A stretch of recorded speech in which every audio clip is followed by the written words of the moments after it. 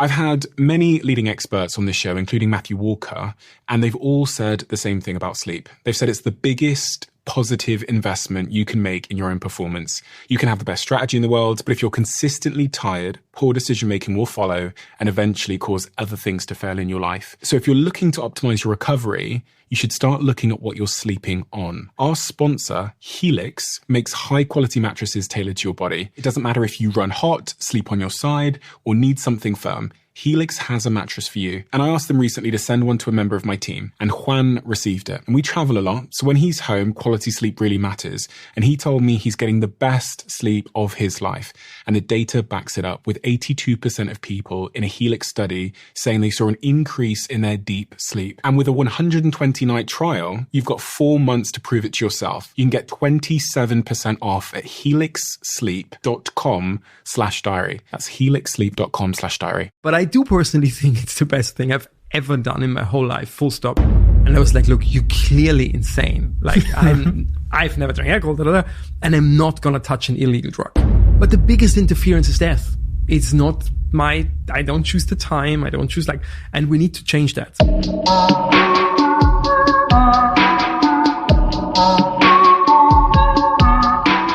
My guest today is a friend, but he's also most definitely the most interesting human being I have ever encountered in my life. He's an entrepreneur. He's an investor, but he's also just a really nice guy. And he's invested and started companies in some of the most fascinating industries, from psychedelics to space tech, to artificial intelligence, to cryptocurrencies, to fintech.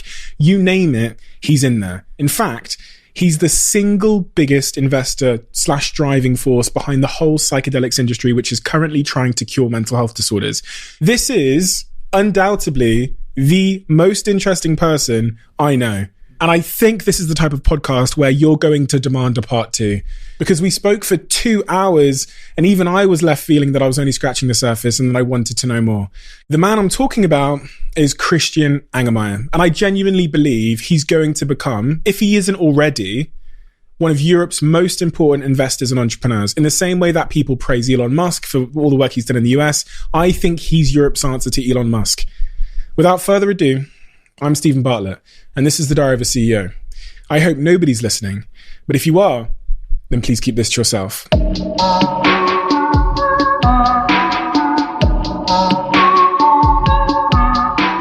Christian, I know so much about you and the work you do. I know I've observed your behavior in person over the last, 6 to 12 months.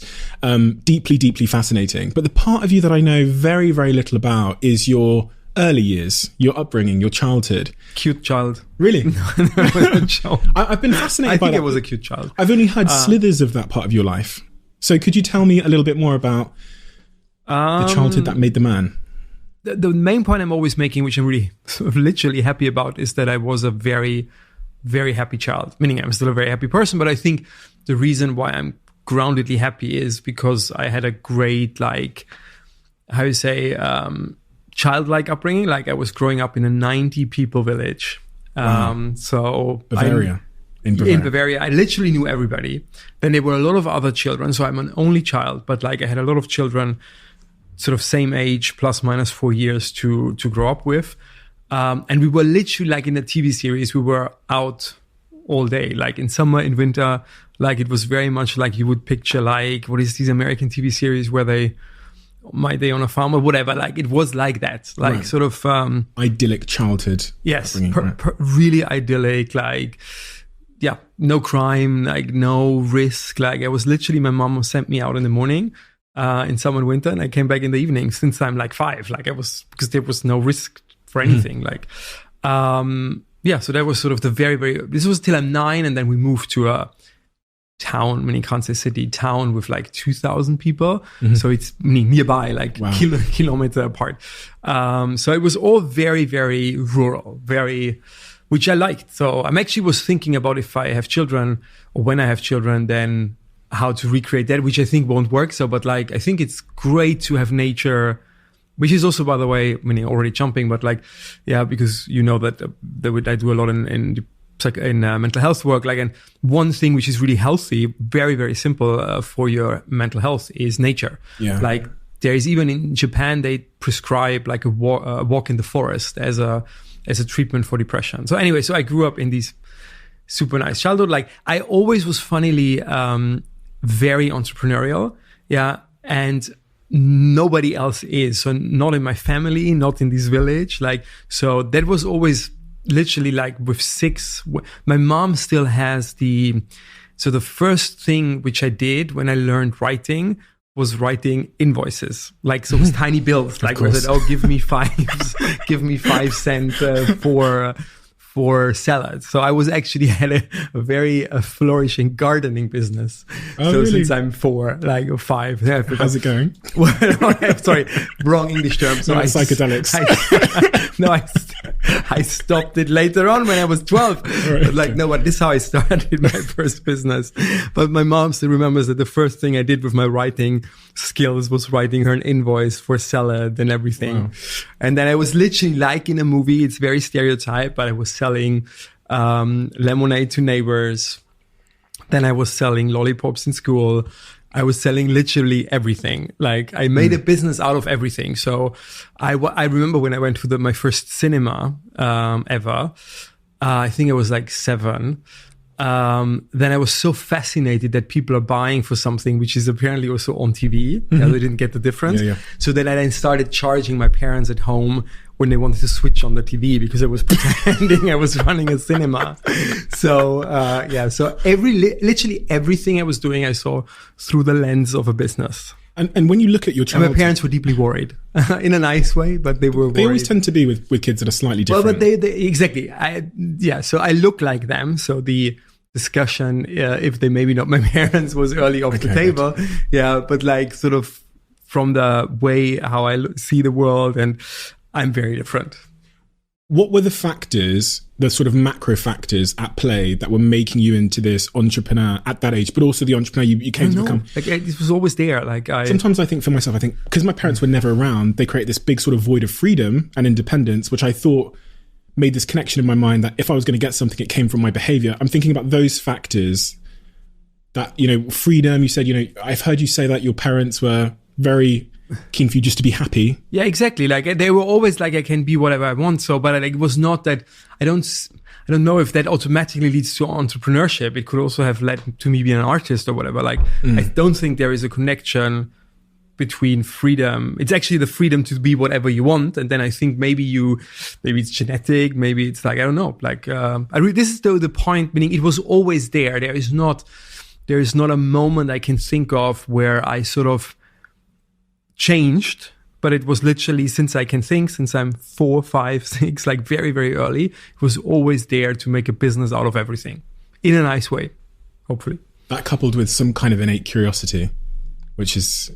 Peter Thiel said when he did a quote about you in Sifted, he said that curiosity is one of your real sort of... Yeah, but I don't know, just thinking if that was that early visible. I loved school, which I think I was a very nerdy child as well. So I did love school meaning now I'm more talking than later high school, for the one reason. And even if I look back now, I really miss it a bit because it was the only time in life where you do something for the pure reason of learning something with no material sort of, meaning I turned that then also in a business because I started this was my first real business was when I started a tutoring business when I was 14. And then what was that business? Tell me. Tutoring, like giving other sort kids. Of other kids. Yeah. Because I was extremely good in school. So I was always the best one in my school, but I was practically always the best one in like the Bavaria or whatever, or like top 10. Yeah. And I like to explain stuff. So I think that still helps me now because it's part of fundraising to explain complex sort of things to people. Anyway, so I did like to explain stuff, and I did like to, and I was good in the matter. So I started tutoring. Then there was this tiny thing, I think a bit that because the teachers very much liked me because I was always like the good child, like everybody who came to me automatically became a little bit better because teachers were treating these children more nicer because they were coming to me. So it became these sort of, positive virtuous circle that more and more parents were like, oh God, we have to send our children to Christian because it really works. And I think. And what were you doing for these kids? Well, tutoring, like how you teaching them the same thing. The same thing, because these were the ones who didn't perform well. How do you call it in English? Tutoring, right? Yeah, tutoring. Yeah. And they were your peers. They were the same age. The same age or younger? No, or younger. It was mainly like a little bit younger, like 1 or 2 years, but not a lot younger. So anyway, and then I was like, after half a year, I was so like full. Like I think I worked like 10, 15 hours a week. Practically all the time, like I was tutoring, and then I was like, how do I really scale it up? And it sounds not very, very banal. Yeah. But for me, this was like the first time I really thought about business, like in an entrepreneurial way. How do you scale it up? And practically I realized I have the brand because parents want to send their children to me. So I was employing other pupils, my same age or even a little bit older, and said, you can teach under my brand and you get half of it and I get half of it. So 50% margin. And I started employing, and I continuously till my final grade had like 10 people, like always employed, who were tutoring other children. Yeah. So it was a very lucrative business. Meaning for a child, but it's crazy. It's absolutely crazy. Yeah. And then so you get to 16, you get to 18. In that period of your life, I hear that in Bavaria they have this like public service you've got to do for a year. I just was thinking like, how compliant do I have to be? Because then it's all, I think, what is it called when it's out of time is back? Like nobody can claw it back. Like, because what happened is like I was always extremely libertarian. And we had back then, it changed in Germany, but we had back then, like the Israelis have still, you had to go to the military for a year. And I think in general, this is wrong. Not because I'm against the military, but I think you can employ people. This is a job. Like people should want to be a soldier or should want to be something else. But I think as a government, meaning in general, you think the less government, the better. So I was thinking, hopefully this comes across charming, but because I was thinking all the time how to avoid it. Unfortunately, I was not daring enough back then. There were tricks to do it. Like you could have had said you're sort of mentally ill or whatever. Like I was not brave enough to go on with that.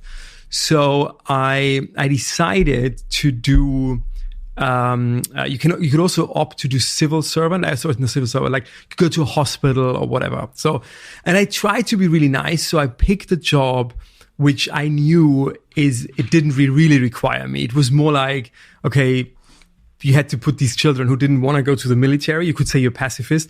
You had to put them somewhere. It was not that somebody was dependent on me. So I was sitting in that hospital and my only job was to bring stuff from A to B, like whatever. So then I made a proposal that if we reorganize everything in the hospital, I could do my job in an hour and then go home. Yeah. So this was, I was 18 and then they were like, okay, this is crazy. Like it was not really popular. And then I made the decision that I'm not really going to show up anymore.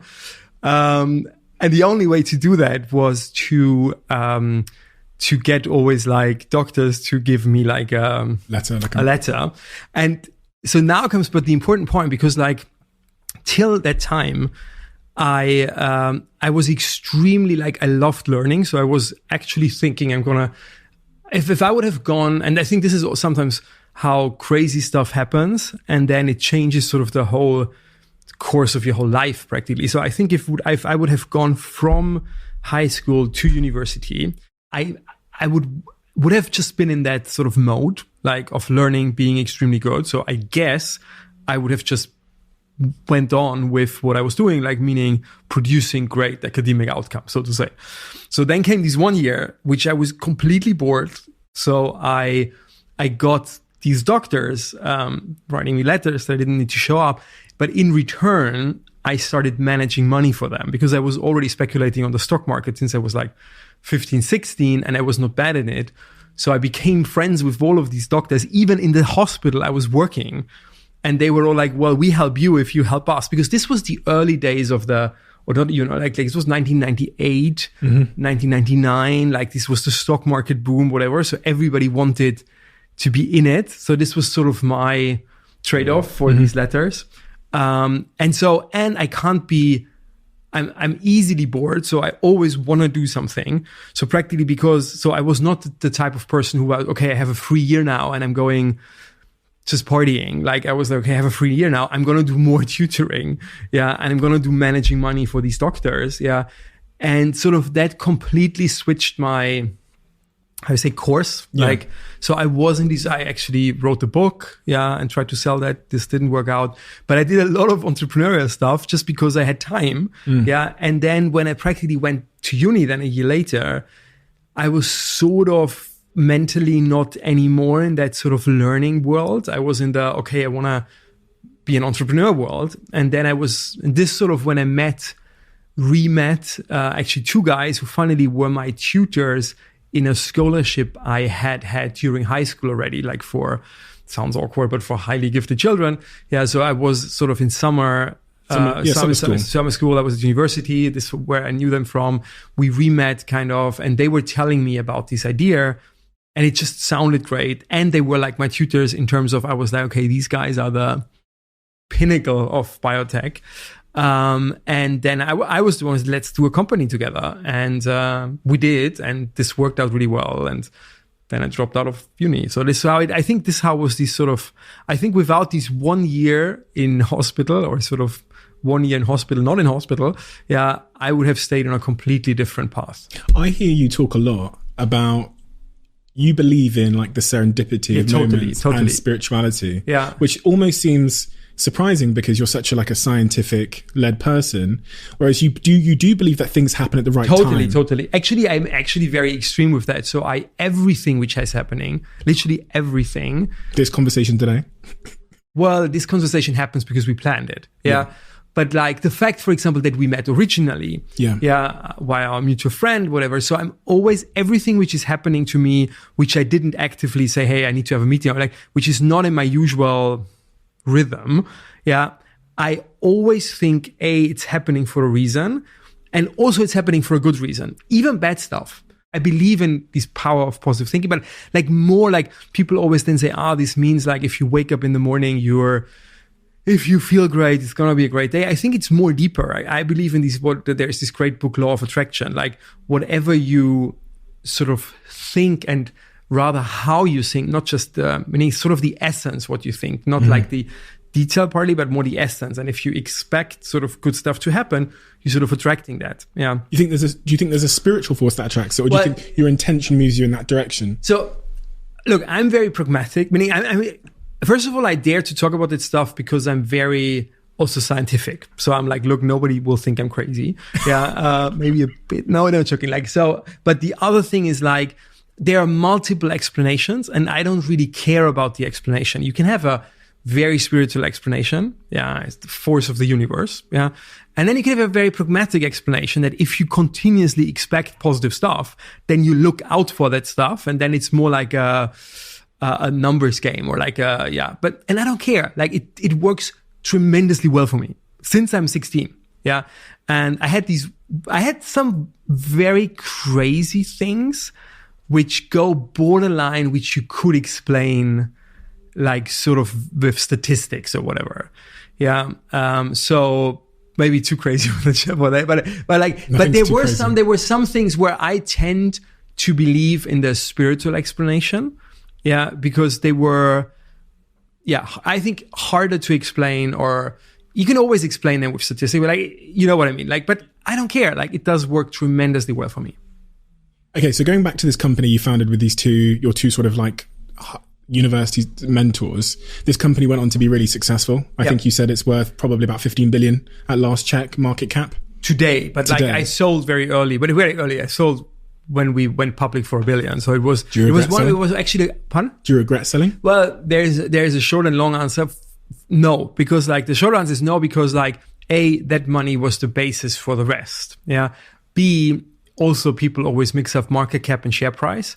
So meaning I sold at the lower share price that it's today, but the share price is not 15x because they did capital increases. There was dilutive stuff. Like, so anyway, long story, it was an amazing start. Yeah. So, it was actually the quickest biotech IPO, I think, in Germany ever. We IPO'd 3.5 years later after foundation. And for $1 billion, so was everything. And it was sort of, I dropped out of university before, but it like was the sort of catalyst. catalyst, I would say. Yeah. So I don't regret that. And since then, sort of I'm investing and being an entrepreneur. I'm somewhat in between, I would say. I actually, sorry, when I'm jumping, I had this one story again, by the way, which is completely, you can... Serendipitous and like even a bit more. So I remember it exactly. I was 14 years old and I was with my best friends back then in Munich, which is far away. Meaning for me, this was like going to the big city. And we spent the weekend with family members. I remember every single detail of the weekend, like what we did and like what. And we went to a bookstore, which is for Germans who listen, Hugendubel is back then was like sort of like a, I don't know, iconic bookstore, 100 years old in Munich. I think it's still even there, although books are dying out. Smaller.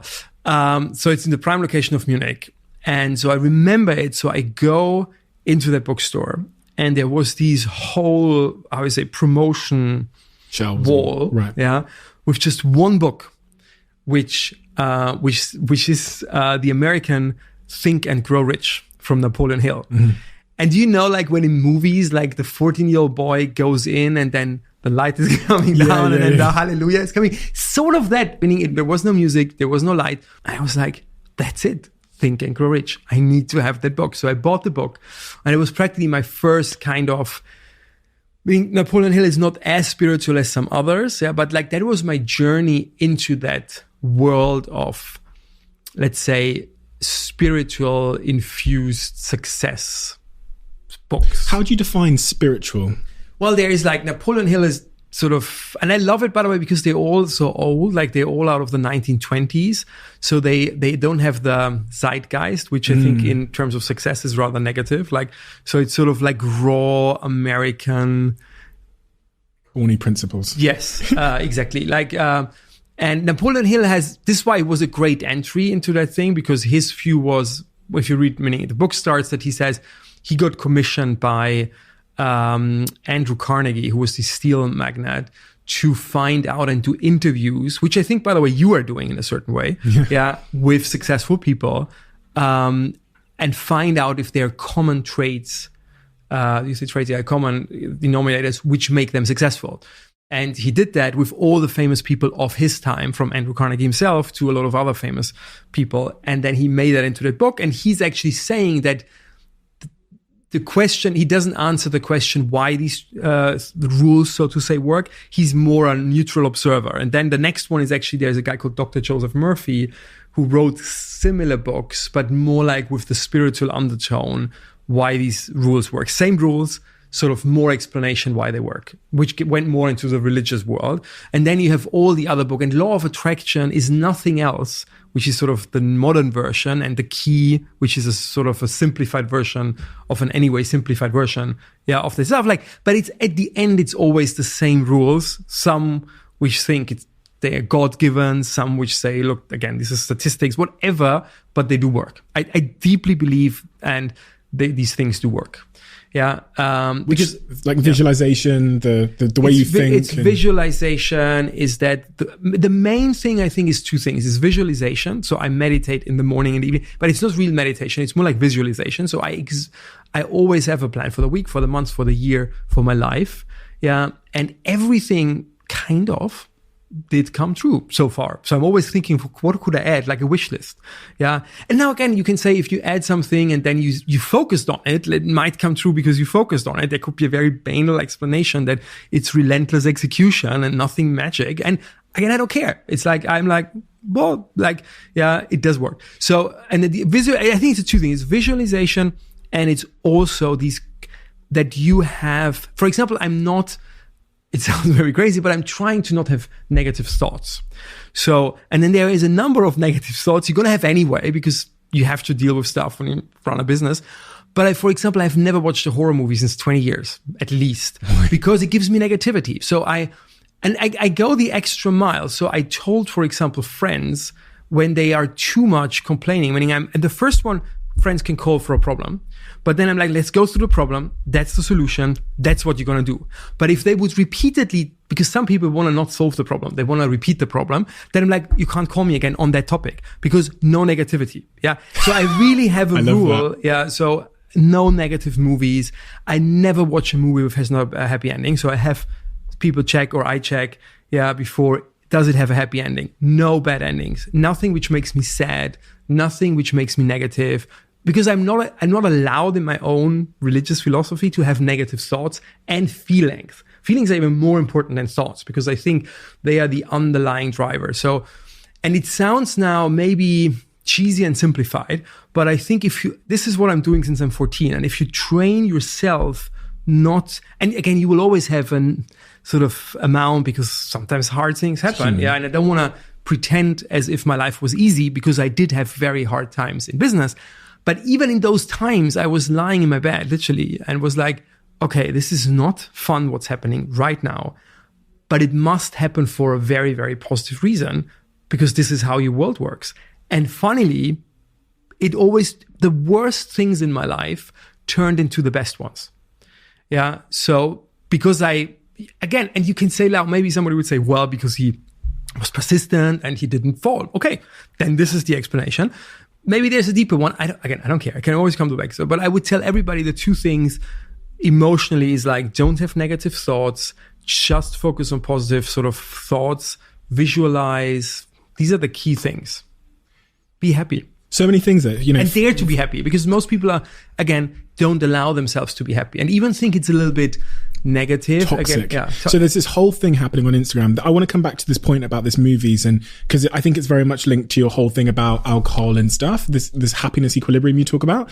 But just quickly on that point of being really positive and unapologetically positive and saying, listen, don't call me with the same problem twice. Don't interrupt my positivity. There's this whole movement happening on Instagram at the moment where there's such a thing as being toxic positive, it's called. It's bullshit. No, and we're getting on this point, because that's one thing maybe. So I have to, so maybe I'm sitting there. I'm already so old that there's another generation. I'm thinking about the other generation. And because I'm reading a lot, very old stuff and you find Socrates complaining about the youth. So maybe that's a recurring thing. Yeah. But I really think part of the millennial culture of this victimization and always blah, this is so wrong. This is so wrong. Yeah. So to pre-take a question, because then normally people say, well, you saying that because you're rich, you're white. Yeah. So I was like, okay, this is maybe a point. Let's go back because I didn't talk a lot about it, but I'm happy to talk about it. I grew up in this 90 people village. Yeah. I'm gay. I'm actually happily gay. But I know I'm gay since I'm 11-ish, roundabout. So, and I was looking at sort of that world I was growing up in, and I was like, that's not going to resonate here. Yeah. So seriously, and that's very, very, very positive phrase. Yeah. So in my school, people were saying, let's beat up gay people. And I was like, that's not going to end well.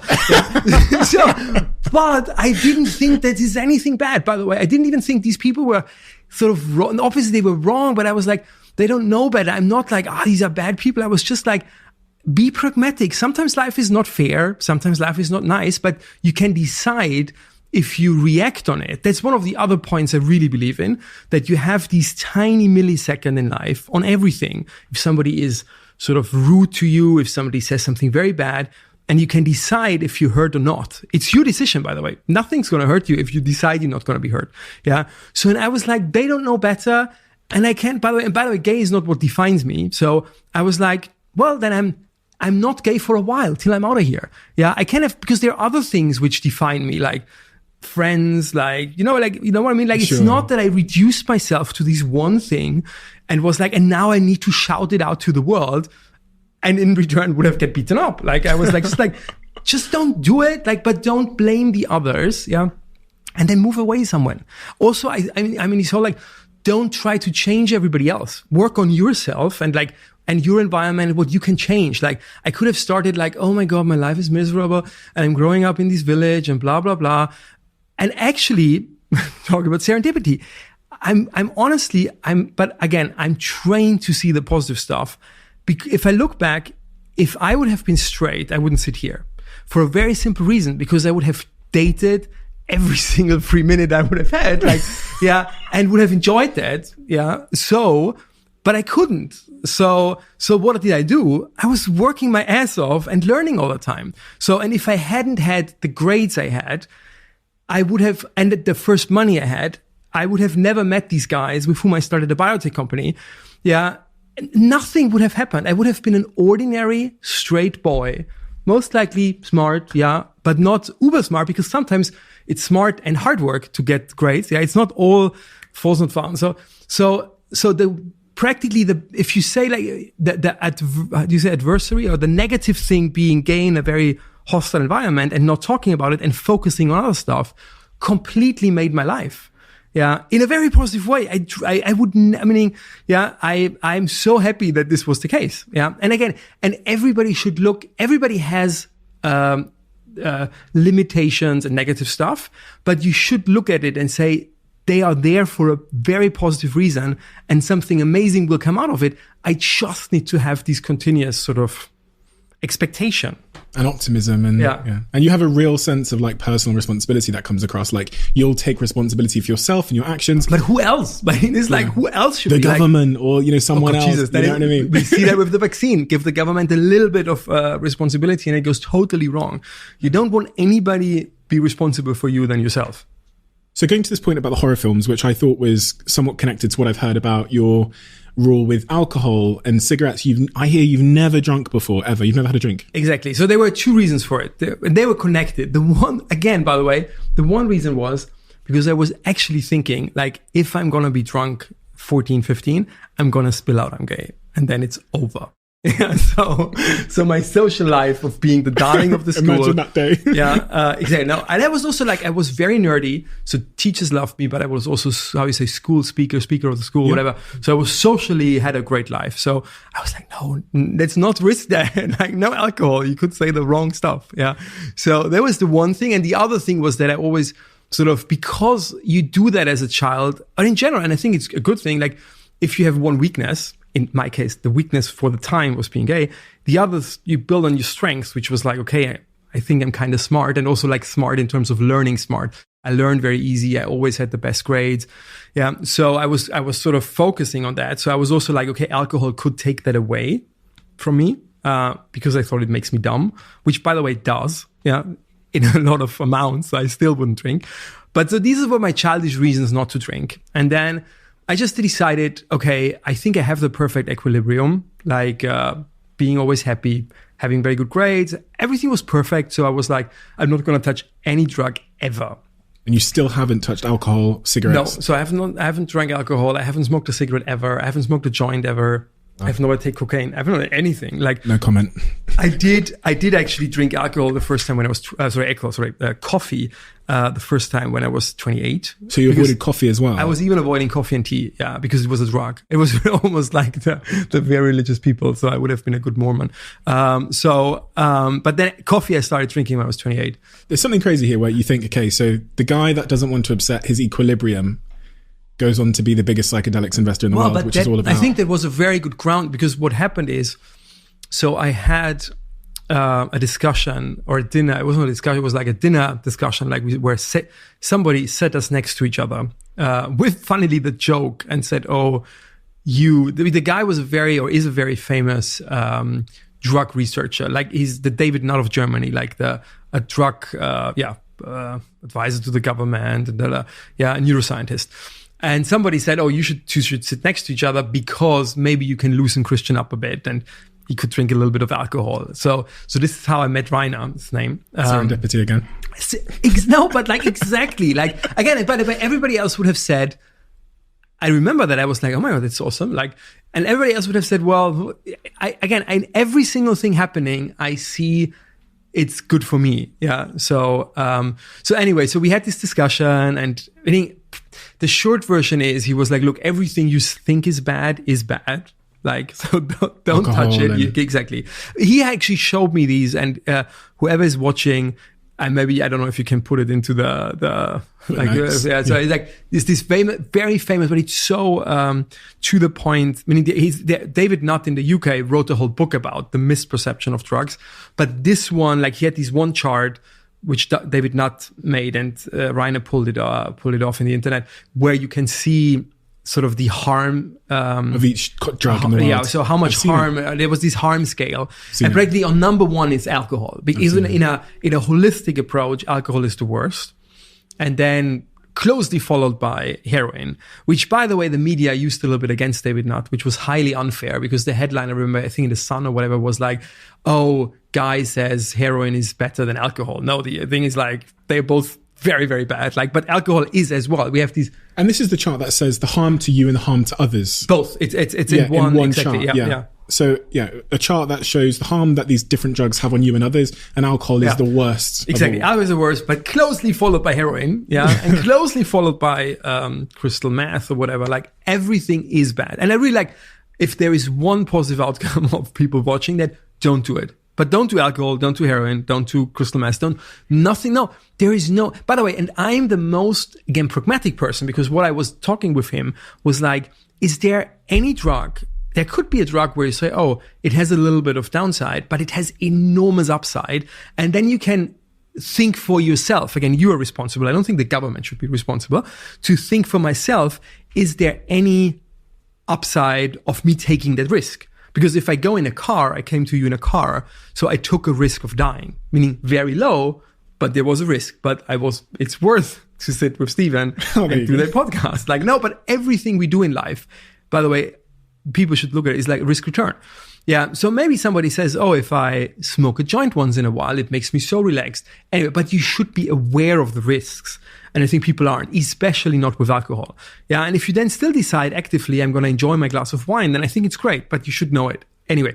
So, but at the end of that scale, it said, probably at the very end is mushrooms, magic mushrooms. And before the very end is the second sort of easiest or second lowest risk is LSD, practically the psychedelic group of drug. And he was like, Christian, like, I can't tell you what my host told me to tell you, that you should try alcohol. Don't. Meaning I can also tell you you're not going to die, but like, don't do it. Yeah. But you should do actually magic mushrooms. And I was like, look, you're clearly insane. Like, I've never drank alcohol, and I'm not going to touch an illegal drug. Yeah.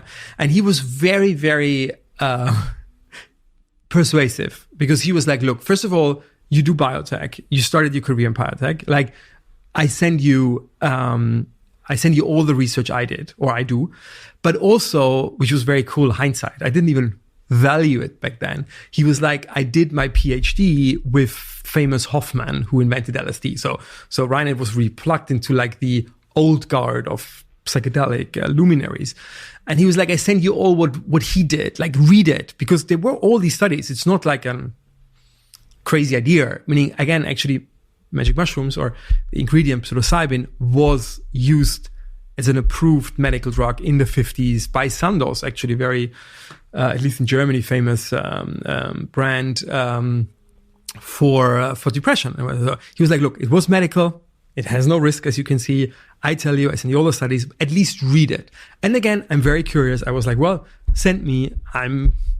So there was actually, again, serendipity. And now comes the biggest serendipity, because like, so for 1 year, I was just like, not meaning it's not that I had it on my mind every day. It was there. Like, I read a little bit here. And by the way, again, I know there's even a book about that, which says what some people believe is destiny is just like, if you're aware of a theme, yeah, it's a little bit like when I tell you, don't think of the blue elephant or the white or whatever, you think of it. Like, so there is this one book, I can't remember the name, which again would be fine for me, like, because again, it works, was like, if you're aware of a thing, of a theme, then it pops up everywhere. You'll see it. Yeah. So over a year, there were not a lot, because it was completely not in the public domain, but like, there were once here and there, I was like, okay, read something again, whatever.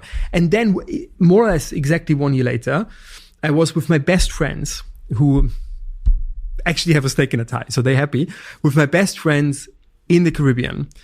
So disclaimer, it was a place where it's legal. And they had magic mushrooms. And they had it like, it looked like mushrooms. Like this was good because I'm so hypochondriac and frightened of everything. So I would never have taken anything which didn't look like mushrooms. So but these were dried mushrooms. Like, so I was you like, could see that from the ground. I was like, okay, that looks real. Like, and they were like, and I trust them. They're my best friends. Yeah. So big shout out to Landon and Julian. Yeah. So I trust them anyway. They were like, look, we grew it ourselves. So like safe. We know what we're doing. Yeah. And I was like actually calling Rainer. And the guy you'd met in Germany. Yes. Yeah. So I'm not mentioning his last name because I don't know if he works still in a very famous job. And he was actually saying the sentence, look, as your doctor friend, do it. It's the best place, best people. You know, it's real. It's, setting and all that. Everything is perfect. Do it. So I took all my courage I had.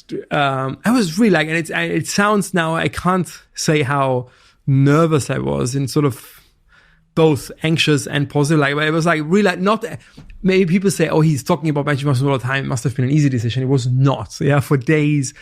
And I was like, okay, let's do it. I still know exactly the point on the beach. Yeah, because we're going there every Easter, and somewhere I'm going to put a big magic mushroom statue here. I really will. I know you will. I know the guys who own the island, so they already know of it. Actually, the guy who owns the island is now a shareholder in Atai as well. So everybody is. So I did it, and it was the single most meaningful thing, full stop. And by the way, it confirmed everything I just said. So because what a lot of people report is that it's a very spiritual experience. And in that case, it was not just a spiritual experience, but it really confirmed 100% my view on life, which is, by the way, interesting because if we look now at people, because a lot of people ask me, especially successful people, they are like, oh, I've read somebody takes it and then he's want to be a farmer in Brazil. By the way, which was my biggest fear. My biggest fear was like, I'm going to come out of that and I'm going to change my whole life because I realize that, I don't know, I want to do something else. Hindsight, I tell everybody that look at me and look at others. We have both.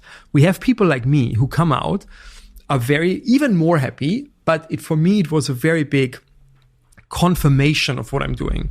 Yeah. Because I don't mean not because like it was a confirmation, like, okay, you see the world in the right way. Everything, what you do, how you do, you can work on it. So I got a lot of ideas how to make it better, but like sort of the message was you're on the right path. So some other people come out and the message is, look, you have to do something completely else. Why is it different? It's actually the same. What it does, I think one sort of, one description of psychedelics is in general, you realize or you recognize yourself and all your sort of positive and all your dreams, all your trauma, and everybody has a bit of trauma, must not be a real, so everything. And some people, and then I was always, hindsight, I can say now I was right, I was good in it. I was always living a very honest life to myself. Again, doesn't mean that I say, hey, I decided, for example, not to tell anybody I'm gay. But that's not, from my point of view, this was not a lie because it's my decision. But it was not a lie to myself. Yeah, it was an active decision to just make my life a little bit. It was not suppressing it. I was just like pragmatically. Yeah. By the way, it was also very simple. There was also nobody to date. I was very simple. Like risk exactly risk return. There was no upside because there was nobody who would have appreciated that. Yeah. And if there would have been a hot guy and I was like, he's gay, I'm gay. I was like, hey, immediately. But there was no upside, but a lot of downside. Anyway, but what I'm saying is like I always lived a very honest life. To myself. Yeah. Again, this doesn't mean you have to shout everything out. And this was confirmed. So other people who don't live an honest life to themselves and lie to themselves and maybe tell themselves that they are happy with X, Y, Z, they might realize on a magic mushroom trip that they're not. Like they need, and this is the other people who change. Yeah. But so it's very dependent on, anyway, but it was just one aspect of so many positive aspects. And then sort of I immediately after the trip had sort of the idea, okay, this should be actually legal. I was actually not even the first impetus was not that I should make a company, because I was very sure people must work on that stuff because it's so powerful. And when I then found out, actually it took me 2 years, I was looking around like that there was none then we did it ourselves. Just to go back to that point, though, you categorize that moment, your first trip, as the single most meaningful experience of your life. Yeah. To date. Full stop. Nothing comes close. And maybe I would add plus the follow-on trips over the last year. So it's not just this one trip, I would say, as well, but I would summarize my psychedelic experience, and I still like try to do a trip once or twice a year in a country where it's legal. Yeah, I would summarize as the most meaningful sort of holistic experience I've had in my life. For sure. You do this trip on the beach with your friends. You think to yourself, this must be legal. Fast forward, you get a call from one of your friends called Mike. No, it's way crazier. It's way crazier. Again, super serendipity. So fast forward, for 2 years, I was very, very carefully looking around and actually not telling a lot of people about it, which was wrong. And if I would have gone on like that, I wouldn't sit here again. Meaning, at least not now. I would sit here maybe, but not talking about mushrooms or psychedelics. So for 2 years, I was kind of extremely holding back. So I told my closest friends. Actually, the ones who knew me very well saw that, or positive, like my parents were like, hey, you became an even nicer child. We have an amazing relationship, but it became even better. So my mom was very quickly saying, something happened in your holiday. Yeah. I was like, yeah. So the ones who knew me well, but I didn't shout it out. And I was actually very, very careful and shy because it's technically stigma. Yeah. And back then, by the way, let's not forget, we're talking about it also now so easily because all the books came out. We have this success, Compass is listed, now is completely different than. So anyway, so for 2 years I was very low key. Yeah. And then I had, and again, this is maybe the biggest financial serendipity, or maybe message of the universe, if you want to see it like that, because for 2 years, I was sort of just telling friends, very close friends. And then I had one other trip within a holiday trip. The main message on that trip was, Christian, this makes you so happy. You have to talk to other people about it. Don't be shy. Just good things will come out if you talk about it. So I had a real mission. So I got this real mission on that trip to sort of be open about it. And then actually from that holiday, I was flying literally the week after. I met a very close friend and business partner of mine, Mike Novogratz, who's big in finance. He's huge. Yeah. So, but he's not, what I want to say, he's not the guy who would talk about mushrooms normally. And I wouldn't have had, but he was my test case because I had the mission. The mission was, don't be afraid to talk about management because it's going to be good for you and the world. So I met Mike. And Mike is always like that, what's up? Because I think I do cool stuff from as well other stuff. So a lot of friends are always hey, what's new? What's up? What are you investing in? I was like, Mike, you won't believe it. I just had a mushroom trip and this was amazing. And I want to tell you about it. And he was like, whoa, mushroom. I remember Mike said the sentence he hasn't talked about it, hadn't back then, for 20 years, because especially in the US, a lot of people, it's a college thing, party drug. Yeah, and he was like, look, I've 20 years, never heard about it again since college. So I told him all of my experience on that trip, and in general, or on the trip. So, and he was very interested. Yeah. And so literally the next day, my phone rings. Mike is on it. And actually, he said it. Yeah. He said, look, Christian, this is the weirdest coincidence. So since 20 years, or I haven't talked about psychedelics for 20 years. Yesterday, you were in my office talking about nothing else than psychedelics. And this morning, his sister called him. So my sister called me and she's on Bali with these crazy couple from London who told her they want to start a company which is working on bringing magic mushrooms back in the legal realm. And they need somebody who's financing them and nobody wants to touch it. Right. And I was like, this is such a coincidence. You in London, they in London. Yeah. And these are George and Katja, the founders of Compass. Yeah. And I was like, connect me immediately. And I remember this was January. And then we met when I was back and they were back from Bali in February 2017. Yeah. And they tell me, if we talk about within the meeting, I was like, okay, we're gonna do that together. That's what I've waited for since 2 years. And again, if I hadn't taken the decision to openly talk about it, I I wouldn't have told Mike, I wouldn't have met George and Katya, we wouldn't sit here, at least not sit here talking about this one. And the magic mushrooms were the thing that told you to talk about it. The trip. And you end up being, the single biggest investor in the space, a space which is now really sort of becoming more mainstream at an alarming rate, a sort of a category that's exploded from a financial perspective. And you've co-founded and invested in the two biggest sort of companies in this area, Atai and Compass Pathways. Exactly. So practically I've co-founded both. So in Compass, I was more the seed investor because it was George's and Katya's idea. And I added actually a very close friend of mine, Lars, as the third co-founder. And I was the seed investor, but sort of I was there even before the company existed. We were sitting in my living room and planning it. And then when I realized how positive, or it was actually, easier is the wrong word, but it was sort of I had expected more hurdles. Yeah.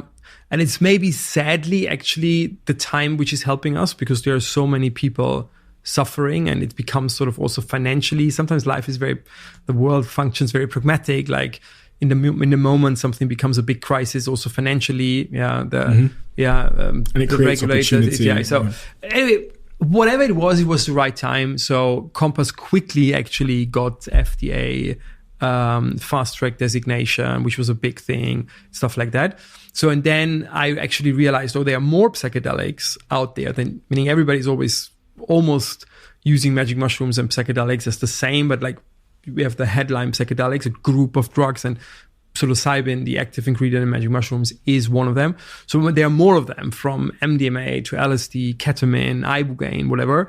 And Compass wanted always to focus on psilocybin. So I was like, okay, then I'm starting Atai as sort of a platform where we actually bring on more of these compounds to explore them for mental health issues. Of all the compounds in Atai, and I know there's a lot of them, right? I think you've got over 13 compounds, different psychedelic compounds within Atai. We've talked a lot about magic mushrooms, and that the active compound in magic mushrooms, for anybody that doesn't know, is psilocybin, which is what Compass Pathway does. Of all the others, and I know this is like, I've heard you say before, this is like choosing your favorite child. Which ones of the psychedelic compounds is incredibly compelling to you and really stands out as being able to have a really significant impact? That's really hard to say. I really mean it, because like it really, meaning because they all have, all compounds we work on have a sort of reason to exist, or positive, like have a place in treating mental health issues, hopefully. Tell me about ibogaine then. Yeah, so then now the question is, what is your, what does somebody sees as the biggest problem? So name me the problem you think is the worst, and then I tell you sort of which drug is the best, like kind of. So I think ibogaine is interesting because ibogaine goes against addiction, and there is actually almost nothing else which works for addiction. So addiction, and we talk about here severe addiction, like especially to opioids and heroin, is sort of, I don't know if you can say it on English podcast, like it's really fucked up. Like it's like, that's one of the really severe mental stuff, like where most people have relapse. Yeah. Like and then it's also one of these sort of things, if you look at, I don't know, families and friends where somebody is addicted, sort of, it's very like, it's like cancer in the social environment. So it's sort of, but I would even say any mental health is like, it's always affecting others as well. But I think addiction sort of stands out in a certain way. And ibogaine is the only drug we know, which potentially, I always have to say with all these drugs, potentially, because we're about to prove it once and for all with scientific terms or with scientific framework, FDA sort of compliant, but ibogaine has the potential to really cure addiction with one trip. Yeah, and that would be a massive game changer for the whole opioid crisis. But even alcohol addiction, like it's not just opioids, like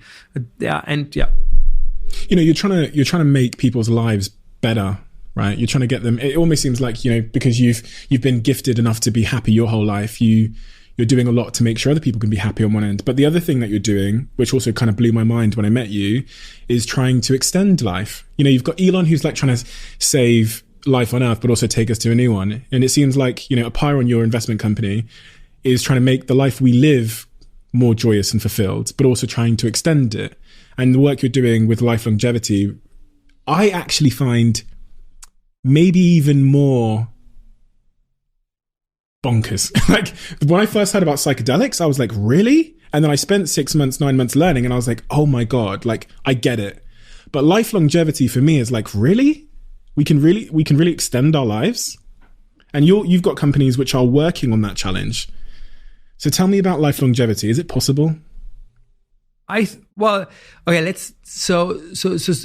Let's phrase it correctly. Like, because even if I want to sort of say something very pokey, I'm like, oh, we're going to live forever. Yeah. That's not going to happen for an accident reason. Meaning, yes, you could say maybe we live forever if we really upload our brain to our computer. But not that I think that's completely impossible, but I think then we're not human anymore. That's a different discussion. But I would say as long as we stay fairly human, meaning having a body, having sort of the human setup we have, there will always be an end. Let's start there, because the worst case, if you live hundreds of years, you're going to have an accident somewhere, somebody blows you up. You have by the way, it's a side note, I think it's going to change once we get older and older. It's going to change the way how we look at risk, because I already start avoiding crazy stuff because I'm like, it's not worth it. Again, risk return. Like I have this one colleague I always try to convince, he's 50 and he drives a motorbike. And I'm like, you shouldn't do it. Like the sort of statistical risk is so big of driving a motorbike. And his answer is, well, because he's still thinking his life expectancy is 70. He's like, well, but I'm exchanging 20 years, if it happens, against my biggest passion. And this is a trade-off worth it. And I was like, well, it's already stupid. But if you, it's okay. If this is your opinion, 20 years against the risk of losing it.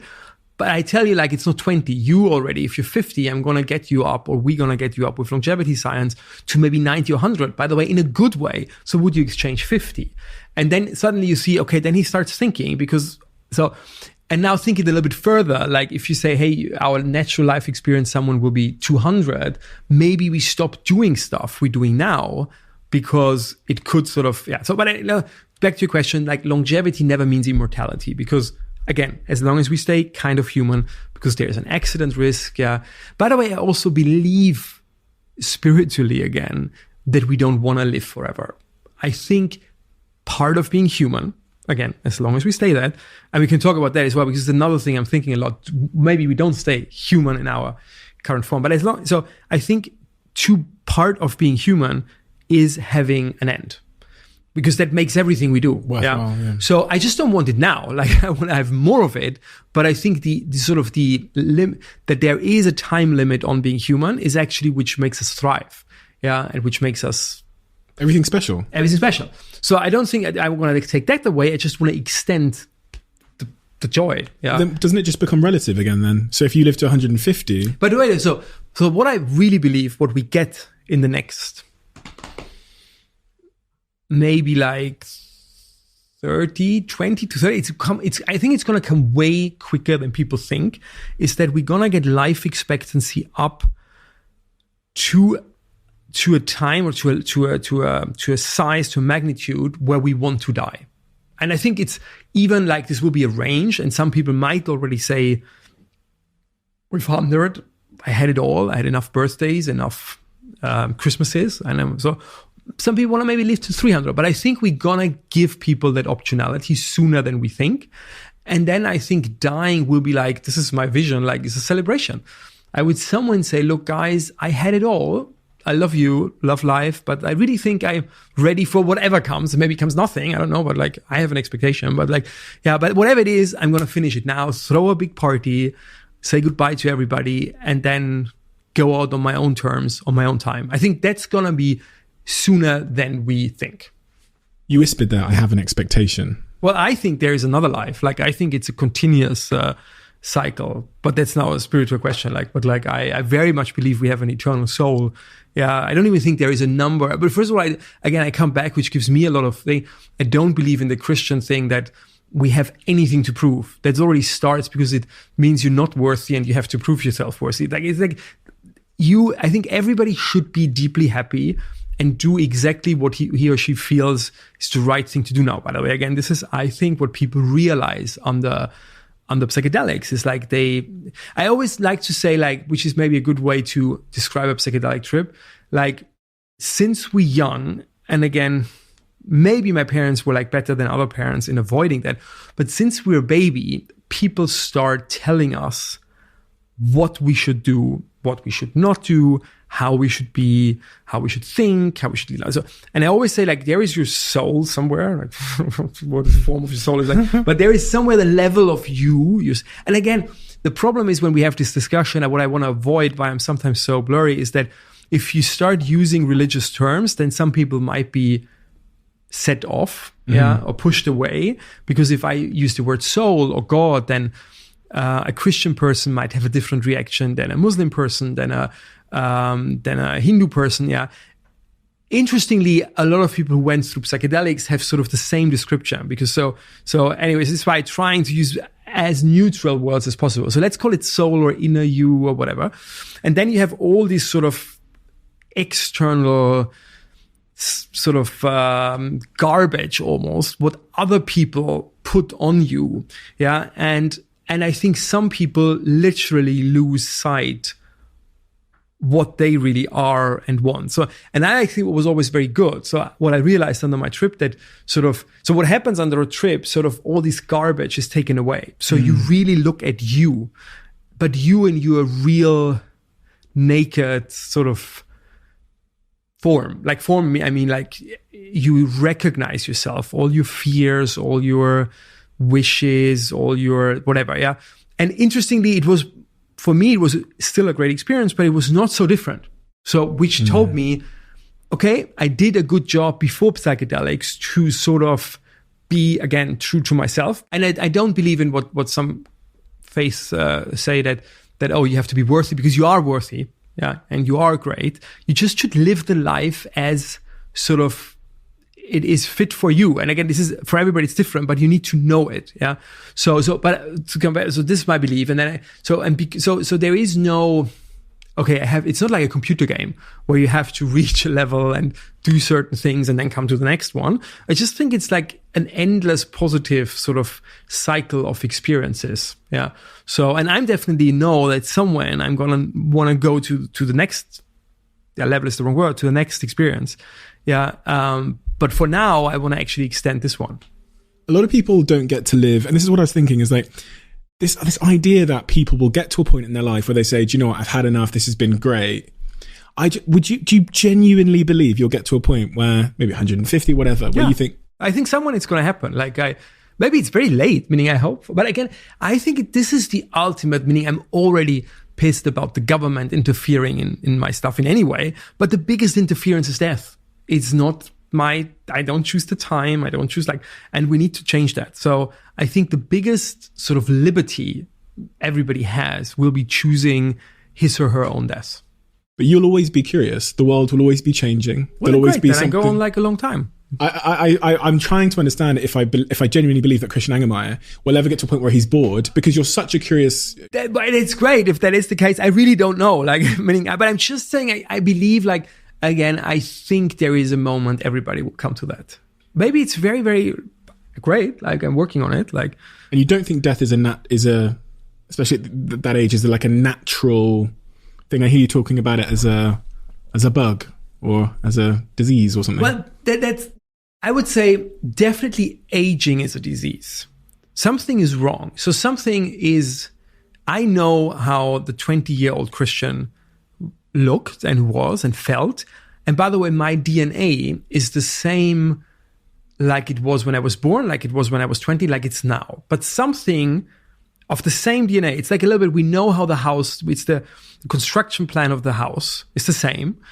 And some why the sort of minions who translate the construction plan into the building, change it, and not to the better from age 20 on. I get gray hair, whatever, so, but we know still it is there. The original source of information is there, our DNA. So we just need to find out, it's super simplified, what changes the translation of our DNA into mistakes and into what we call aging. Yeah, that's a very simplified view, but it shows you that it's not so natural. Yeah, because it's not that your DNA is, if it would be natural, maybe your DNA would change. You would say we can't change that. Yeah, but it's not. Like your DNA is the same till you die. Like, so we just need to make sure that the translation happens like when you were 20. So by the way, I deeply believe not just that we can slow down and stop aging, we can reverse it.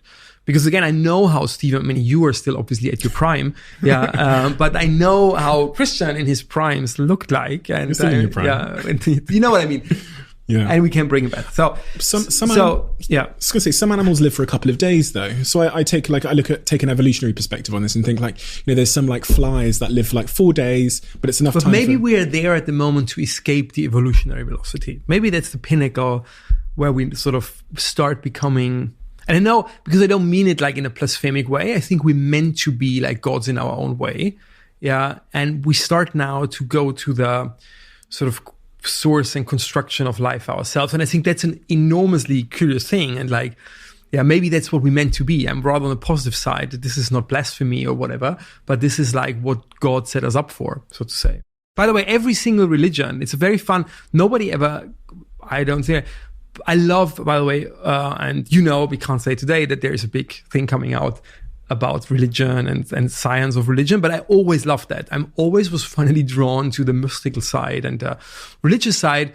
And aside of what we discussed on what I call spiritual side, I was always very interested in the history of religions. And interestingly, one sad, actually, happy and sad observation is that in the very core, all religions are the same.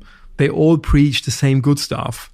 Be nice to others, and then once they become an organization, the shit starts. Yeah. Mm-hmm. So, and also what most religions have, just going through, but literally most religions have, the big ones, is that they at the very beginning say that we are a part and a mirror, or what's the English term, that we are an image of God. Mm-hmm. And we don't talk about that because now everybody's like, oh, if you want to live forever, well, a lot of people, again, if you want to defy aging, and there are a lot of people that, oh, you want to play God. Yeah, this is sort of the rebuttals. The reality. And I was like, but maybe that's what we meant to be, because if I go to the Bible, it says we are the image of God. So maybe we are meant to play God because that's what we are in a philosophical way. So I don't think it's not ethical at all. I think it's the ultimate actually challenge we have to solve. Yeah. The other rebuttal I thought the first time I heard about the possibility of extending life was that, we'd have a really aging population where we'd all be, so it's interesting you talk about reversing aging, but we'd all be 170 and slightly like, slow and unproductive. It doesn't make medically or sense. We won't be 150 and super old. It doesn't make sense. You can't extend lifespan that much without rejuvenation. It comes at this, thanks God. Nobody wants to be like, because by the way, that's what most people fear though. It's interesting how many people reject the idea of living very long. That's not forever, like living very long. But one of the very banal reasons is that they automatically think, okay, if Christian would succeed in making us live till 150, they take, okay, I know a 90-year-old granny of mine, and she's not in good shape, and now they add another 60 years, and they're like, no, that's not what I want. Quality of life. But that's not what's going to happen. In the moment we can push life expectancy way further than 90, it goes hand in hand with rejuvenation, and then more people want it. And what time frame do you expect? I think we're going to see really, really tangible steps forward the next 20 years. Yeah. And then let's say 20 to 40 latest. By the way, which is not that far. Yeah. And also, this is going to change society, meaning everything. And interestingly, every politician I talk to thinks like, well, that's far away. And I was like, no, it's not that so far away than you think. And like, it's going to affect us sooner. And we need to talk about it, about social systems, about anything. Yeah. This is going to be one of the massive not in a negative way, by the way. I think it's going to be good, but like, I'm an eternal optimist. Like, but like it will be a massive change for the world. By the way, let me drink this delicious drink. What's it called? Sure, I put it like in a commercial, and we should like leave that in. It's like, hopefully it's better. Fuel. Yeah. Human Like fuel. Human fuel. Okay, it's a very good name. Yeah, it's a very good Who name. came up with that name? Julian Hearn. Oh, Yeah. So switching, because in fact, the topics of conversation we've discussed are super interesting. But personally, the things that I find most fascinating about you are your just like ridiculous work ethic. And I've talked to some of your friends. I spoke to Aaron. I spoke to people around you just to confirm what I thought. And the intensity and the amount you work, I think, is just like staggering. I think I'm really hardworking. I've seen you in action around the clock. Over the weekend, the fact that we're doing this on a Saturday, I don't normally record the podcast on Saturday. It's a hobby. It's like having fun. It's not like work. But okay, I know it. Yeah. My point is about, in culture, people talk about this term work-life balance, and I think you've kind of responded to it there. Very easy. There shouldn't be a work-life balance. There should just be one continuous hobby. That's my view on it. People should love what they do in a way. Obviously, you do different things, and I love more things. So, but like I always said, since I'm 16 or actually 14, since I have my tutoring, if I would call it work-life balance, then I have a shitty life because it's just work. But my work is my life and I love it and it's integrated. And most of my friends I work with and like, even like friends who didn't, this is how I came to the movie business, because just like I had friends who were actors and were in a movie business. And then I was like, maybe we should work together. Maybe we should finance a movie. Like, it's like, yeah, I don't want to see it as a separation. Let's talk about more personal things. So relationships. How does someone who works as hard as you find any... I'm presuming you value what relationships can bring you. Well, complicated topic. It's work in progress. Yeah. Like, welcome to the podcast. Exactly, the diary. Oh, of the CEO. no. Now it's like... no, that's work in progress. So that's like... because obviously, like, I'm so much in love with my work that it's hard, I think, for another person. Although I think I can try to be very uplifting, because I would say the same. What I told you is like, I would tell every partner, like, you can't expect from me to give you meaning. You need to give yourself meaning, and then we can be happy together. Yeah. But this is unfortunately not how a lot of people work. Like, so it's very easy that sort of. I have a quote on Instagram, my best performing quote ever. It says, if we're dating, I want to be your second priority. I want your first priority to be you, your passions, your future. If we're happy alone, we'll be happier together. Yeah, that's so yeah. And I'm happy alone, by the way. Yeah.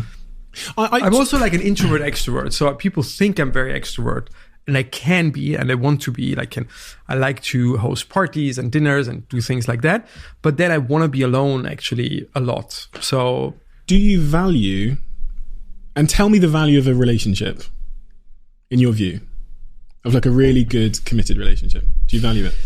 That's a complicated way. So, because if I say no, it sounds brutal. And What's the truth? And I don't mean it. Like, I think it's more, the answer is more complicated. So I build myself that I'm sort of very like independently. So I value relationships a lot. So that's the real answer. But I'm not in the concept that one should stand out. So I rather have groups. So I believe like I do have like 10, but not one, like 10 very, very close friends, who most of them I have since a very long time. I actually extremely value relations, but I'm not saying, okay, there is this one relation in my life which will completely stand out from the rest, which is maybe a complicated thing for relationships. I do think, though, this will change once you get children. Yeah, so which I want. So that's sort of the by the way, I also do think people change. Like, and I don't think the core of you changes, and like the core, but like you can make adjustments. So I know, for example, that when I want children, or once I have children, that I have to make adjustments, because I just want children if they have the same happy childhood that I had. So I want to be either no dad or a great dad. Yeah. So, and then I know I need to make adjustments. So, but then it's worth it. And then it's my active decision to take it. How is it? You are the busiest person I know. I was just thinking then, is this the busiest person I know? You're the busiest person I know, I'd say. Have you struggled to have romantic relationships because of that busyness? I feel like in a interrogation on court. What did you think was going to happen here? Yeah, this is what it's. These are the things no one talks about, right? And I sit here single, struggling. So I'm like, I'll ask Christian because he's way busier and I'm struggling. So is there any hope for Steve? Yeah, totally. Like, there's hope for all of us. Be positive. It's funny. This feels like a bit more of an uncomfortable topic for you for some reason. No, it's just very private. It's not uncomfortable. Okay. I would tell you my views in private easier. Okay. Like, because there's 100,000 people watching. Exactly. 100,000 people. Now it's getting like cringy. No, it is definitely a problem. Full stop. Like, yeah. And you realize that you're going to have to adjust at some point. Yeah, if I want to. Yeah. And then you always say like, okay, you do that. The issue is like, what I'm thinking a lot, how do you know when to adjust? Like in terms of, because you would say, romantically, you would say you adjust when the right one comes. How do you know that the right one comes if you don't have time to figure out the right? There is these a little bit, and I haven't figured that fully out. You're someone looking at the past 40 years of your life that does whatever he wants to do and isn't actually very good at adjusting unwillingly. You've never been good in your life story at doing something unwillingly. Exactly. It's always exactly. Yeah. You go the way Christian wants to go. And I wonder, I'm like, what will be the catalyst? You said kids may be there, but what will be the catalyst that makes Christian adjust? But maybe it's a romantic thing you really like, love at first sight. I mean, again, the good thing is that I deeply believe, that makes me very calm in that, coming back to what we had, I deeply believe it's gonna come at the right time. And I know that I'm sort of enough open for it, because it's the same like with business ideas or the same with other stuff in my life. Again, if you're open heart, open mind, you're gonna see it when it comes. So it's a little bit like with anything else, that like, you don't have negative thoughts. Don't think, oh, I need it now. Like, yeah, so it comes when it comes. Like, because everything in my life came at the right time. Why not this one? So that's how I see it. Well, I guess at the macro level, and by the way, if in the moment things came, I can just say now business stuff, but like, I get it, business is my life. Like when psychedelics came, and then the business, meaning that's sort of a big part of my time allocation over the last like 4 or 5 years was into the psychedelic business. I made space for it.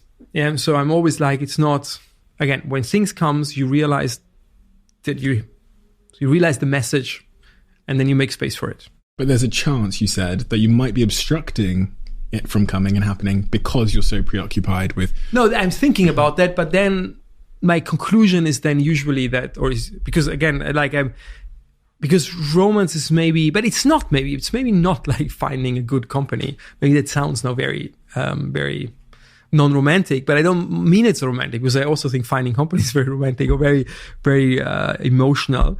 Yeah. If I look, for example, at the psychedelic business, I think that, but I do actively, again, it's not that I'm ignoring, it's what I said before, my philosophy of not having negative thoughts doesn't mean that you cannot analyze sort of stuff and sort of look on the risky side. So I do think about it. Is my life, how I lead it, maybe preventing to have sort of the one and only romantic experience? Yeah. My conclusion is then mostly that I'm like, okay, no, because like it will come at the right time, and then you're gonna realize it, and then you're gonna make space. Like I make space for everything else. It's so funny because you're such an eternal optimist. I almost can't get you to. But that's how it works. Bad things happen to me as well. Bad things are there, but my mind twists it around, or twists like, this is what I'm really training since I'm 14, since I bought the book in Munich. Like throw it to me a negative thing, and I'm maybe a little bit puzzled for a second. Or for example, this is how it works. Like even if things in our portfolio don't go well, I'm like a little bit like shaken for a moment, and then I'm like, where's the good thing? And how can I turn that in my mind? How can I see the upside? Yeah. It's fascinating. Because I'm trying to get you to, the reason why I started this podcast is because sometimes I want to highlight that for all the great things people see, that, there'll be people watching you thinking, I would want to have all these companies and manage 2 billion of assets and all these things. But there's always some kind of not downside, but sacrifice, we could say, that's happening. And I'm trying to get at where that sacrifice is. And the problem is you are happy. And you're pursuing yourself. So it's hard to identify a sacrifice when you're that optimistic. No. Exactly. And I know what you mean. I just try also as a message not to see it like, I think people shouldn't see it, because that's the negative story about success. The negative story about success is that people see people and say, oh, I want to be like them. Yeah. I would like to have the wealth. I would like to have X, Y, Z. Then they can't immediately have it because, by the way, it's a long process and you need to work harder. And then they tell you, oh, they must have gone through a lot of sacrifice. Yeah. And then this is a little bit what calms them down. Oh, they have a lot of bad stuff like coming with it. I think that's the wrong way to look at it for both sides. Like, I think the right way to look at it should like, do I really want that? Is this really what makes me happy? Yeah. And then it's, by the way, not that easy to, meaning everybody would say like, oh yeah, it's like simplified, money makes me happy. But then again, makes it happy what comes with it? But I don't want to call it a sacrifice, because I wouldn't do it if I would have to sacrifice stuff in order to get money, because it's not about money anyway, by the way. Money from a certain moment on is not really the driving force. There is great research. It's not money. It's like that from practically 0 to X, money gives you happiness because it makes your life easier. So, but then somewhen you're not going to spend it, because somewhen it becomes a figure. Mm-hmm. Yeah. And then it's about, do you love what you do? Yeah. So latest then. Yeah. But like, so people should see not this, you can't see, I don't know, wealth or anything separated from the process of how you got there. Yeah. And then it's not about saying, oh, the process was hard and sacrifice.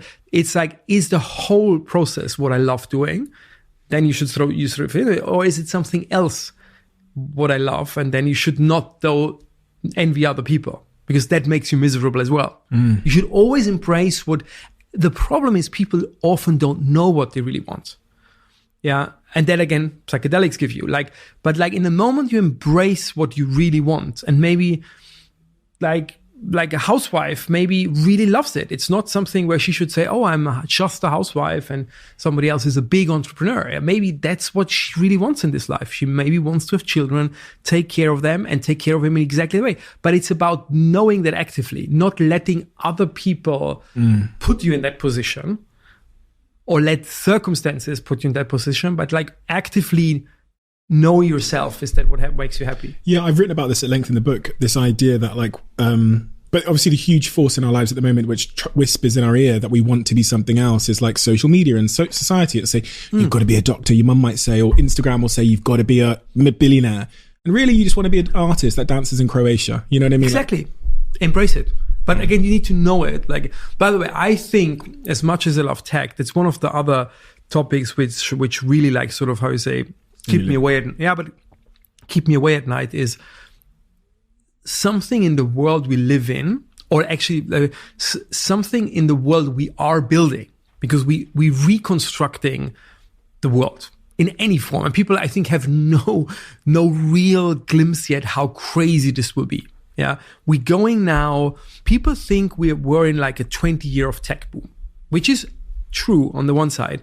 But if you're really honest, and there's this famous quote, which I love to use, from Peter Thiel, who said, we wanted flying cars and we got 140 characters on Twitter. Yeah. Which says practically, if you look at the last 20 years, yes, we had a tech boom, but more or less, I'm simplifying. Yeah. What changed is the distribution of goods. Amazon. Now we're not shopping anymore. We're getting it delivered, but it's still the same goods. Yeah. Social media, it changed, communication changed, but we didn't go to the fabric of society, industry, and ourselves. So now we're starting going to reformulate and rechange the fabric of ourselves, longevity. We're going to really make not just 5 years again, maybe with 100, which change everything. We change, and this is all interdependent. And in the moment we change the fabric of our body, or then we change the fabric of society, because society is very much linked to an 80-year life expectancy.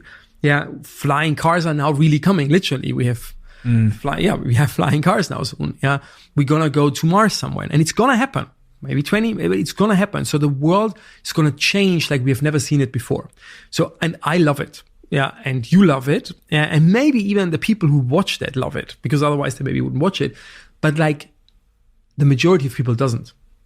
Yeah. So, and I think that's one of the underlying reasons which makes the society more and more depressive, or mental health, because like I think there is this enormous fear, and people often have like, I think it's another word for gut feeling. Like you can't really explain it what makes you nervous, but it makes you nervous, and I think that's what's happening. So I think the sort of the world as a whole, except of some eternal optimists and some techies, are like, yeah, maybe I like a single piece. I like my iPhone. I like that, but as an entirety, that makes me deeply uncomfortable. The race of change around exactly. you. Yeah. So, and even if they don't know it, the bus driver maybe can't fully explain how a self-driving bus will work, but somewhere he feels that in 10 years, it's not going to be his job anymore. Yeah. And I think that creates a lot of risk, because the last time that happened, that was when we changed from the agricultural society to the industrial society. Yeah. And you can say now we changed from the industrial society to, let's call it data society. We need a word for it, but we're changing and changing in a massive way. So, and then, so there are a lot of parallels of the time between 1875 and 1920. The people there was this elite technically who said everything is possible. You had, I think it was in 1870, but I don't know. Something when the Eiffel Tower was built, there was these, what is it called? World Exhibition. And people were like, oh my God. I mean, there was Jules Verne, when it was also around the time, and hopefully I spell him right in English. Like he wrote all these books, like the sci-fi books. So the world was already there once. Unfortunately, we had then 2 world wars. And you can look at a lot of reasons why World War I and II happened. And there is a lot of different layers of reasons, but I believe that the main reason is this sort of disenfranchisement of the agricultural society, who were deeply panicky, like what's happening to the world, because the farmer, in the 19th century knew was disappearing in front of his eyes. And it's exactly happening the same again. So could there not be another reason linked to that why people are becoming depressed in the technological evolution? Because, at the start of this podcast, you said about the importance of nature, and I've read studies about, prisoners who face nature versus a brick wall are 30% less likely to be depressed. And the sort of very human prehistoric origin of the human being is one that's in nature. It's one that's in a tribe. It has meaningful connections. And the technological revolution is ridding, I now live between 4 white walls alone in a big grey city. Could that also not be part of the reason why we're getting less human than ever? And in fact, what I like about, when I read about some of the social reasons why people are getting more depressed, it's because we're getting further and further away from being human. This is maybe a little bit more philosophical, but if you look at like the things that help with mental health, typically it's meaningful connection, it's nature, totally. Yep. It's good diet, no more junk. And these are all things that humans did 10,000 years ago. It's like we have to go back to find ourselves again. Or we have to find our human place in a world which is changing. So yes, so I do think a lot, how can we stay human in a world which is changing that crazily as it does? Which wants robots. It's like this world now would appreciate if I was a robot, more productive. No, I think we can adjust. And by the way, and I know it's like, and I'm saying that with all the disclaimers, it's not legal right now, and I'm always coming back to that. But I do think when psychedelics will be the medication for that, because it keeps us in a certain way very human, but it at the same time makes us very adaptive in our environment. So that's I give you is more or less the same what you said. So how I see, what do humans need to be happy? I think it's 3 things. It's some form of faith, and I explain it in a second. So it's faith, it's purpose, and it's love. It's super cheesy what I'm saying now, but like these are the 3 things which I think make us the combination of these 3 things make us happy. Then I think let's go through it. So faith means any form of higher meaning, or the other way around. I think being atheist or believing literally in a materialistic world where if you die, you're dead and then you rot, makes people very unhappy. This is not meaning I made, I think, the case that I believe in more, but like, it's not even a case. It's just like saying, like, factually, I think people need that. This is why every society ever developed a religion. Like, I think we need it. Why? Because we're terrorized of dying. We don't admit it. I admit it. I don't want to age. Aging sucks. Dying sucks. And even worse, by the way, dying of people I love sucks. So, and we don't talk about it. We completely pushed it away from us. Yeah. And I believe religion always gave people that sort of calmness, or a little bit of a calmness, that as death is not the end, you're going to see people again, people you love, whatever. So, and I think it's important, because otherwise you have this permanent terror of death in your head, and you might not admit it, but you have. Second point is purpose. What I said with the bus driver, people need a purpose. Yeah. And they need to know why they wake up in the morning and what they're doing. So having said that, in front of our very eyes at the moment, like these things are dissolving, that the purposes. So we need to find new ones. And the most important is we need love. And in a cheesy way, it must not be a one-on-one relationship, but it could be a one-on-one relationship, could be a family, could be a close friend, could be a community. Yeah. So love on various levels. So, but actually, the bad thing is, if you look at where the world is going at the moment, all these three things are dissolved. So faith is on a super decline. Yeah. Then purpose is on a decline, because we're changing the world and most people don't find their purpose immediately there. And then unfortunately also communities are on decline. Traditional family structures, but also communities. Meaning, if I grew up, I had like, what do you call it in English, when you go to like a theater group, and I had 10 groups. Like, it was all like, it was the sort of the pinnacle of a community. We were and it was great. Yeah. And I don't think if you have that anymore in that way. Yeah. Or at least it's sort of vanishing. Yeah. It's statistically accurate. There's a study in the US which says 15 years ago, people would respond to the question, how many people can you turn to in time of crisis? The medium answer was 3. It's now 0. Crazy. Like, I had 10 when I was young. And psychedelics are giving you that. All of that. They're giving you faith, spirituality. They're giving you purpose, because you realize that the purpose lies within you and you can reinvent yourself. And they're giving you love, because you realize the value of connections, whatever. I read tons of things, and this is a bit of a sideway, but I read Great.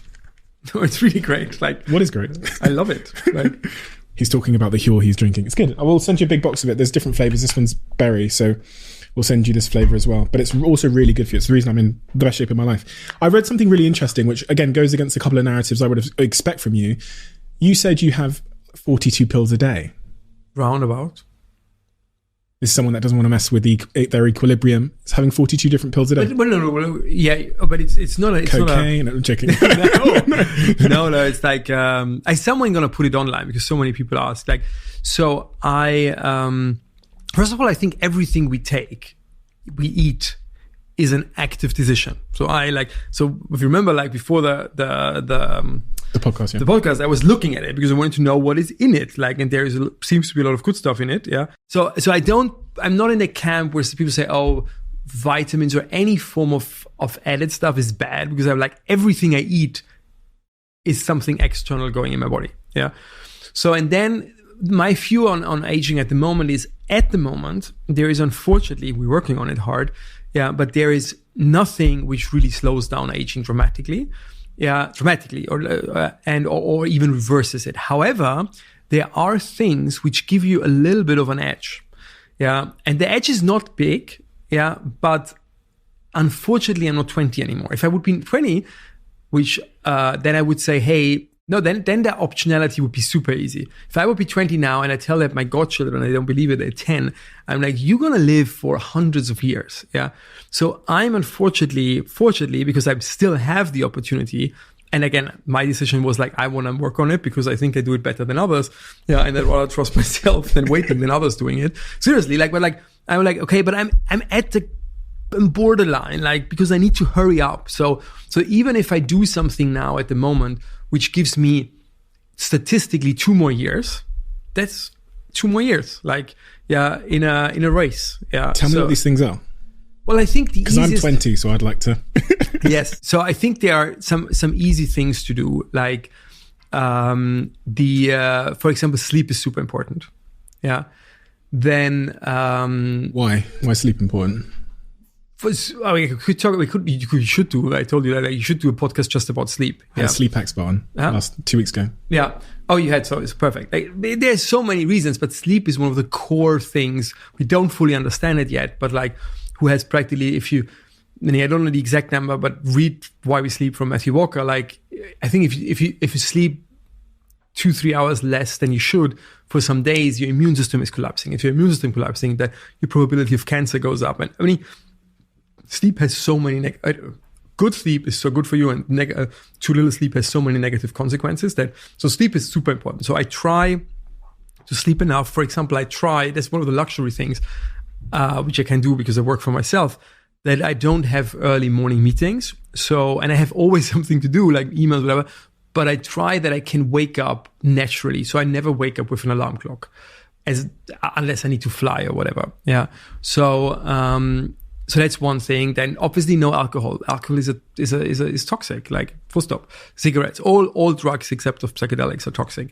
Yeah. So don't do them. Yeah. Very bad for aging. Yeah. You see that, by the way, when people I don't want to say now that I aged well, but like if I go to a class reunion or whatever, like some people who drank a lot of alcohol and eat shit, yeah, they look older. Like, yeah, it's like, so they say is, yeah, food, like intake, be healthy, don't carbs, like sugar is super bad. Like, I think so I don't want to go, yes, I do 42 pills or whatever it is. Yeah. And meaning the list would be long, and maybe I put it somewhere online, but I think the message is, because if people jump from 0 to 42 pills, they won't do it anyway. So whoever listens now, I would say, if you do the 3, 4, 5 things, which sort of, it's these 80-20 rules. I'm trying to carve out the last 20%, but go for the sort of the easy, hard and easy first. Sleep, healthy food, exercise is super important. Must not be super hard exercise, but like every day, like 20, 30 minutes of mild to medium exercise. As I said, no drugs, no alcohol, whatever. These are the main ones. You're going to be significantly healthier. And I heard you talk about intermittent fasting. Yes. Oh, sorry. Intermittent fasting is one. Yes. So I try not to eat for 16, 18 hours a day, every day. And once you start doing it, you sort of... Why? Why do you do that? Why do you intermittently fast? I've always been curious about it. I've never done it. Because it's very healthy. I mean, there are a lot of health benefits. Your blood sugar level sort of normalizes, which has then sort of a lot of follow-on effects. Yeah, it's also you lose weight. It's very simple. Like, yeah. I actually only have one other thing that I wanted to ask you about. I mean, I don't. I have a million things, but in the interest of time, it was about Bitcoin. Yep. You've been a big investor in Bitcoin, and the future of Bitcoin. You're bullish. Super bullish. Because what I think is like all politicians from left and right, from any part of the spectrum. And by the way, I think about it a lot. I think maybe it's not even a stupid decision what they took, but like all politicians decided that money printing is the thing to go. Yeah. So we're going to see this massive devaluation of fiat money. And never before, again, I really love history. And normally this happened to one currency or one country or whatever. At the moment, it's happening to all the major currencies in the world. Euro, renminbi, like US dollar, everything is sort of devaluated at the same time. So, and because everything is relative to each other, obviously, by the way, it's not just Bitcoin, but assets go up. This is why I'm on a 10-year horizon, I'm extremely bullish on, in general, quality assets, stocks, Bitcoin, anything which is not cash. I think the most dangerous asset class for 10 years is cash. Doesn't mean, by the way, there can't be stock market crash, whatever, in between where you want to have cash to buy. Yeah, so you should have, like, how you say in English, tactically cash, but not like strategically cash. Sure. Yeah. But Bitcoin, and Bitcoin is one of these assets first. And then second, the world always needs a store of value.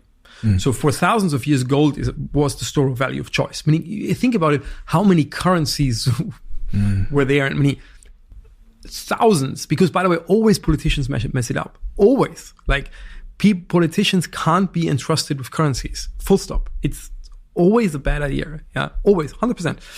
And so people always say gold. Yeah. So, but gold is also, people then say, oh, Bitcoin has no value. Gold has no value. You can't eat it. It's actually one of these things, like, you can't eat it. It's maybe nice to look at, but like, it's just a convention. It's just an agreement humanity has. And I would go further. It's embedded in our cultural system. There are so many fairy tales and things about gold.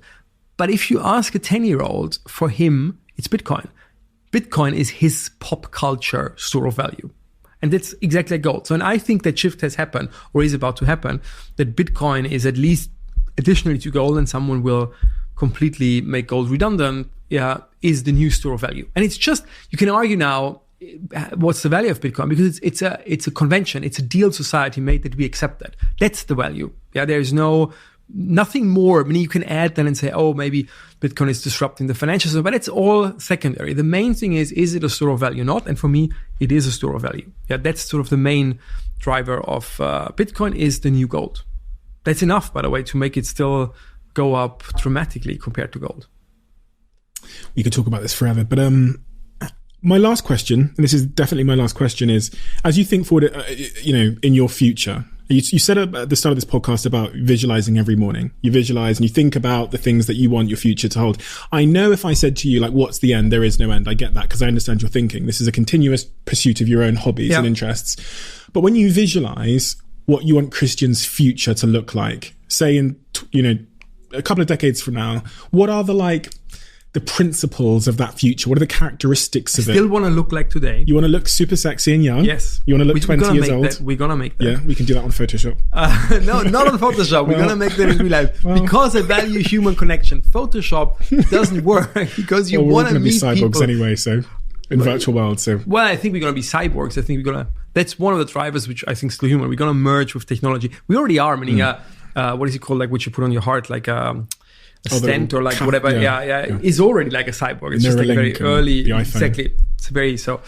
But that's the whole point. There is no end game because that would be kind of sad. It's the same like with work-life balance to say, if I would just work, because then you're back at these famous sort of, what was it, a novel from, whom was it, like this old tale where the fisher is on the guy is on the beach and meets the guy with the bow. I know the story. Yeah, so you know which one I mean. Where then it comes out, he works his ass off just to lie on the beach, and then the poor guy is saying, why you could lie on the beach now? Yeah, that's the whole point. It's about the journey. It's not about an end point. So I don't have an end point, and I never had. I just try to keep it's all about keeping my life exciting, because if it wouldn't, then I would want to die. So keep my life cool. And this, by the way, this can change. Maybe in 40 years, I'm not a robot. Like this is not gonna, I'm maturing, I'm changing in a positive way. Maybe in 40 years, I decide that I don't think so, but I don't know. And it's the good thing is that I'm open for it. I want to be already. Maybe in 40 years, I had now everything I had in entrepreneurship. Maybe I want to. You feel yourself changing and maturing. But maturing is changing, but in a good way. That again, I'm trying to continuously analyze what. Now we're back at the word soul or whatever you would call it. Your inner voice is telling you what is good for me now. And it might be that this is changing over time. So, for example, I decided is the wrong word. I feel that it's getting time somewhere, not urgently, to getting children. If you would have asked me 20 years ago, I would have said, no, I don't want children. But it's being open for that. And maybe in 40 years, I'm just making it up now as an example, not that I feel here, maybe I say, look, I want to be a singer now, God beware. And the world is no, because I really can't. But maybe I have some new ideas which really are different what I'm doing now. But it's important to stay open for that inner voice, because it might change. And just because, again, so far, continuously, I love doing what I do and exploring that. But you know what I mean? I can get you. Yeah. So don't put an endpoint. There is not this one thing, because that would be sad. If most depressive day ever, isn't it? Exactly. The day you lose all meaning, seemingly. Yeah. Well, listen, thank you so much for agreeing to do this. You are honestly one of the most fascinating people I've ever met, and I'm not just saying this to your face. I want to win an Oscar, by the way. I'm sure you do. No, that was one of. I want to be doing something creative, something artistic. Artistic, yeah. So I've gone through the same thing since leaving Social Chain. I was like, I'm going to DJ. I've done a big. That, by the way, I thought it was very cool when you told me that. I was like, that's a cool thing. I've directed a theatrical show with the associate director of Hamilton. It's theatre. It's called The Diary of a CEO Live. It's the theatrical version of my life. There's a 50-person choir, sold out already. And I said to myself that I didn't want to be a label. So I don't want to be a social media CEO. I'm a guy that has a bunch of perspective, and that perspective can be applied to art, my book, which I wrote myself, the show, creating music. I've got my first DJ performance at a festival this year. And I just thought, what if you detached yourself from your labels? What kind of person would you become? You'd become artistic. You'd become health-centric. You'd start businesses, you know? For example, I always think I should write the script because I can't act.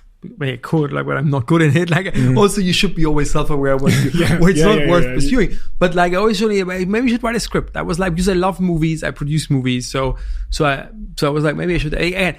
But again, it's always listening to yourself, what your soul, inner voice, however you're going to call it. Not society. Exactly. And not outside world is telling you. You are probably the most interesting person I know.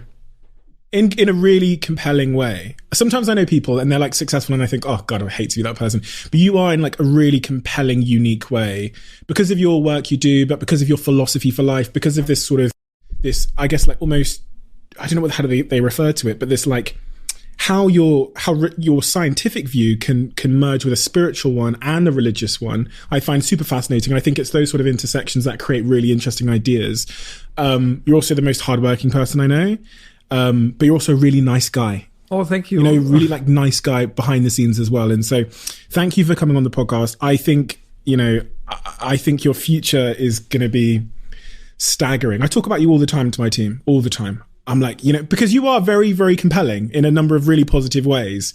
I think the work you're doing with Atai, Compass and all of your other companies is staggering. And I think you're actually going to be one of the most important entrepreneurs, creators of our time. I think the world is... Okay, now it's like... No, I genuinely... are very bad with I don't care. Like, we don't have these like words. I genuinely was like, I know Christian coming on my podcast now. I know in 10 years' time, this is probably going to be one of my most viewed podcasts ever because of the trajectory you're on and the way you think. It's my prediction. I'm very rarely wrong. But thank you. You don't have to be like, oh, you're so right, Steve. You're big too humble. Germans don't know what to say. But I mean it. I do mean it. And it's been a privilege to work with you over the last couple of months and understand that because it's been inspiring for me. Thank you for doing this today. I hope you've enjoyed it. Yeah, I did very much. Amazing. Thank you. Thank you.